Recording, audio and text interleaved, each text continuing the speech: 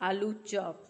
আলুর চপ বানাতে তো সবাই জানেন কি কি লাগে। আলু, পেঁয়াজ, আদা, রসুন, কাঁচা লঙ্কা, শুকনো লঙ্কা সব মশলা তৈরি করে আলু সিদ্ধ করে তারপরে বেসন দিয়ে ডুবিয়ে ভাজা। তো এই যে আমার এই প্রথম অভিজ্ঞতা, আলুর চপ বানিয়েছি। তো দেখে নিন কেমনভাবে বানাচ্ছি। ভিডিওটি ভালো লাগলে লাইক করবেন, কমেন্ট করে জানাবেন। আর চপগুলো দেখতে সুন্দর হয়নি, তো যা হোক, নিজের হাতে বানানো আর কিনে খাওয়া একটা আলাদা জিনিস। তো ভালো লাগলে লাইক করবেন।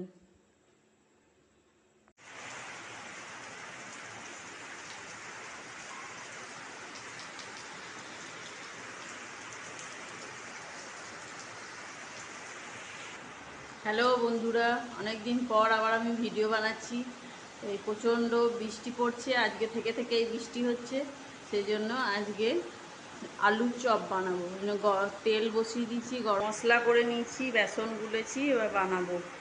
এই যে এইভাবে বানাচ্ছি, একটা বাটি রেখেছি, বাটির উপর একটা প্লাস্টিক দিয়ে মশলাটা রেখে এইভাবে চেপে গোল করছি। আমাদের ওখানে একজনকে দেখেছিলাম এইভাবে চপ বানাতে।